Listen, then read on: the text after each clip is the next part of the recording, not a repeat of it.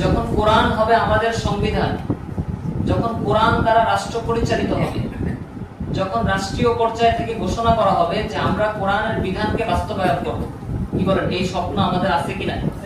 সবাই বলেন আছে কিনা? আছে। এবং এই স্বপ্ন আমাদেরকে বাস্তবায়ন করতেই হবে। রাজি আছেন ইনশাআল্লাহ? এটা আমাদের স্বপ্ন, এটা আমাদের সাধনা, এটা আমাদের টার্গেট, এটা আমাদের জীবন মরণের প্রশ্ন। এই দেশে যদি ইসলাম থাকে তাহলে আমরা থাকতে পারবো। এই দেশে যতদিন কোরআনের বিধান থাকবে ততদিন আমরা নিরাপদ থাকবো। এই দেশে যদি কোরআনের বিধান আমরা বাস্তবায়ন করতে না পারি, আমাদের বিরোধী পক্ষ বসে নাই, তারা রাম রাজত্ব প্রতিষ্ঠার জন্য সংগ্রাম চালিয়ে যাচ্ছে। কথা বলেছে? পৃথিবীটা সংগ্রামের জায়গা। বলেন, পৃথিবী কিসের জায়গা? সংগ্রামের জায়গা।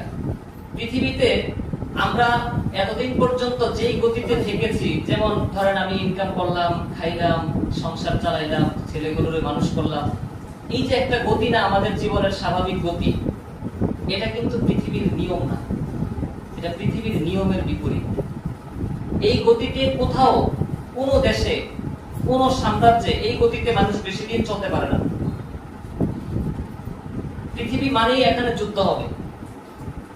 আল্লাহ সুবহানাহু ওয়া তাআলা পবিত্র কোরআনে স্পষ্ট করে বলে দিয়েছেন, ওয়ালাউলা দাফুল্লাহিন নাসা বা'দাহুম বিবা'দিন লাফাসাদাতিল আরদু।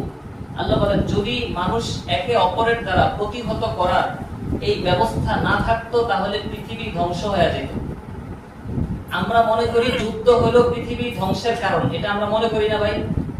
বলেন না ভাই? যুদ্ধ পৃথিবী ধ্বংসের কারণ মনে করি কিনা?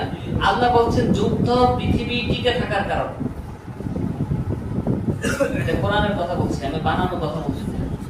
আল্লাহ সুবহানাহু ওয়া তাআলা বলছেন যুদ্ধ হচ্ছে পৃথিবী টিকে থাকার কারণ। বলেন, যুদ্ধ কি পৃথিবী টিকে থাকার কারণ, ধ্বংসের কারণ না। যুদ্ধ যদি ধ্বংসের কারণ হইতো, নবীজি সাল্লাল্লাহু আলাইহি ওয়াসাল্লাম 23 বছরের জিন্দেগিতে শেষের 10 বছরে কতগুলো যুদ্ধ করছেন আপনি হিসাব করেন তো? নবীজি ধ্বংসাত্মক কাজ করছেন? নাউযুবিল্লাহ।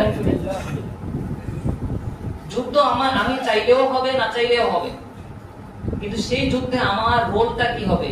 আমি কি বিজয়ী হতে পারবো কি পারবো না? আমি লড়াই করার শক্তি আমি অর্জন করেছি কি করেছি করি নাই, এটার উপর নির্ভর